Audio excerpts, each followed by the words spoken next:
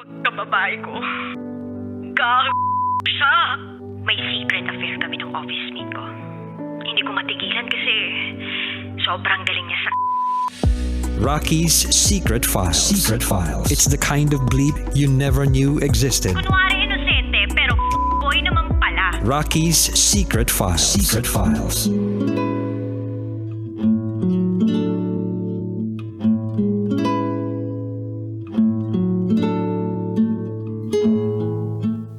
And we're back. Kasama niyo pa rin si DJ Rocky and this is Anna's Secret File. Si Anna, na nung una, hindi sinasabi sa kanyang jowa na siya ay transgender. Kasi nandun yung takot na baka ma-reject, takot na hindi tanggapin, takot na baka mawala yung taong yun sa buhay niya. But then eventually, nung okay na ang lahat, nakapagpakasal na, secured na, tsaka niya na yung pinagtapat kasi nga, magbubumbum-paw na eh. At ang matindi dito ay tinanggap naman ni Babu etong sender natin na si Anna. At ang sabi nga sa kanya ay, I accept you for who you are, for what you are. I respect you and I love you so much. So, diba? Parang teleserye lang talaga yung datingan ng secret file ni Anna. Kasi kung sa iba yan, malamang sa malamang, wala na yan. Anyway, pakinggan na natin yung mga kabisyo nating nag-share ng kanilang mga thoughts, comments, suggestions, and violent reactions. Ito po ang sabi ng ating kabisyo na si CS. Wow, another series of happily ever after. Happy for you, sender, Ana, kasi naiintindihan ka ng asawa mo despite of your sexual or sexuality. Pagtibayin ang inyong relasyon at naway magsama kayo habang buhay. Pahingi naman ng chocolates. Charot with harot. Eto pa sabi ng ating kabisyo na si Tambay Love. Wala akong masabi sa sender natin kundi sana all mabuti at tinanggap ng kanyang asawa, etong si Ana. Bihira na lang ang tulad ng ganong klaseng lalaki. Nakaka-worry lang na baka kung anong mangyari sa kanya, lalong-lalo na yung mga napapabalitaan natin sa ibang bansa. Pero buti na lang, tunay at tapat naman ang pagmamahal nila sa isa't isa. Yon ang tunay na pagmamahal. Enjoy lang na magkasama kayo. At kahit na trans ka, basta ang lahat ng nandito sa mundo deserve to be happy. Yun lamang po. Happy Thursday. Bawi ng tulog, ma'am. Ingat po pa uwi from Tambay Love. Salamat guys ha. Salamat. Anyway, eto pa sabi ng ating kabisyo na si Nathalie. Hi DJ Rocky. Mas maganda ka pa sa gabi. I know, right?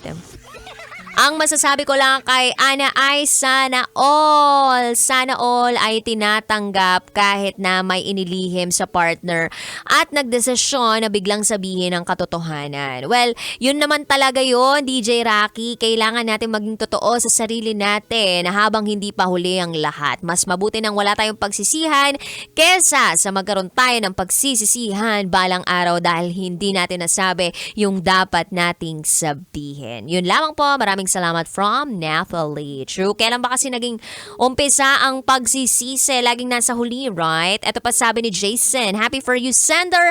Kahit ano pang gender mo, tinanggap ka ni Babu. Tuloy nyo lang ang relasyon na nasimulan ninyo. Ito pa sabi ni Gab, oy, DJ Rocky, congratulations sa inyong dalawa.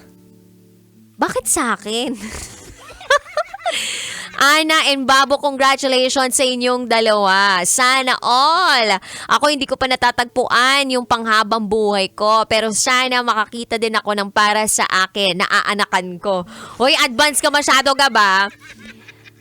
Pero tatandaan na hindi naman palaging maligaya ang pagsasamahan. Laging merong problema at pagsubok sa buhay. Pero tatandaan ninyo na malalampasan nyo rin yan. Shoutout po, ikaw ang pinakamaganda sa aking puso't isipan. Maraming salamat, Gab. Ay nako, Ana. Pwede bang prayer reveal naman dyan, oh? Prayer reveal para sa mga kabisyo natin na gustong magkaroon ng Nepalese na jowa o asawa. Well, alam mo ay, grabe yung kwento mo. Ang dami kong feelings habang binabasa ko yung kwento mo. In fairness yung lakas ng loob mo na magsimula ka ng bago mong buhay sa Dubai, nakakamangha yun. Tapos yung journey mo na magpakatotoo at harapin yung takot na baka hindi ka tanggapin ni Babu, ay nakakamangha lalo yun. At yung pinaka-highlight ng iyong secret file ay ang pagtanggap ni Babu sa'yo, nakaka-inspire. Hindi ka lang niya mahal sa kung ano yung itsura mo, sa kung ano yung kaya mong ibigay, kundi yung mismong ikaw. Buong-buo kanyang tanggap at minamahal. Na-appreciate niya rin yung pagsabi mo sa kanya ng katotohanan. And, naging open pa rin kayo sa isa't isa. Ang ganda-ganda ng iyong storya. Biruin mo yun. Naging savior mo siya, naging hero mo siya. Yung trabaho mo dati sa Dubai,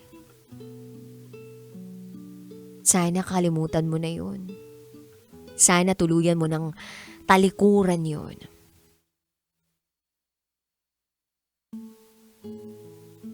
Madalas talaga, merong ipapadala ang Panginoon sa atin para gawin niyang instrumento, para mas madama natin yung tunay na pagmamahal niya. At para ituwid tayo sa tamang landas. At para hindi na tayo maligaw ng landas.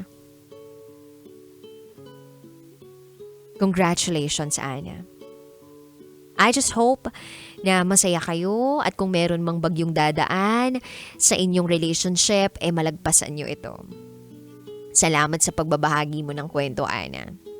Napaka-powerful ng ganitong klaseng mga kwento na nagpapakita ng tunay na pagmamahal at pagtanggap. Wishing you all the best. Sana magtuloy-tuloy ang happiness ninyo at sana magtagal ang inyong pagmamahalan. Prayer reveal pa rin dyan, Ana. Paano tanggapin? Kahit naglihim, ganyan. Basta hindi huli ang lahat, kabisyo. Hindi pa huli ang lahat para magsabi ng totoo. At kapag na-appreciate naman ng taong pagsasabihan mo ng katotohanan, yung katotohanan na iyon, masasaktan siya ng konti, mabibigla, pero tatanggapin ka pa rin ng buong buo. Anyway, if you wanna share secrets, pwede naman raketera@gmail.com. Yan po yung email ko. So, I gotta say BRB as in bathroom break for top secrets. Kaya naman, kabisyo, abangan ko ang tawag mo. Kapiling ang Basa Princess ng Love Radio, DJ Raketera. At ikay nakatutok sa 90.7 Love Radio. Kailangan pa bang i-memorize yan? Basic.